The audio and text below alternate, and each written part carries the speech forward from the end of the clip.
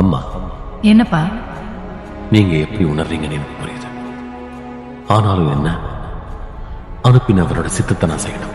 மனுஷகுமாரன் பிரதான ஆசாரியரிடத்திலும் வேத பாரகரிடத்திலும் ஒப்புக் கொடுக்கப்படுவார். அவங்க அவரை மரண ஆக்கினைக்குள்ளாக தீர்த்து அவரை பரியாசம் பண்ணவும் வாரினால் அடிக்கவும், எவனாகிலும் பெரியவனாய் இருக்க விரும்பினா உங்களுக்கு பணிவிடைக்காரனாய் இருக்க கடவர், எவனாகிலும் முதன்மையானவனாய் இருக்க விரும்பினா ஒரு அடிமையை போல இருக்க கடவர். அப்படியே மனுஷகுமாரனும் ஊழியம் கொள்ளும்படி வராமல் ஊழியம் செய்யவும் அநேகரை மீட்கும் பொருளாக தம்முடைய ஜீவனை கொடுக்கவும் வந்தார்.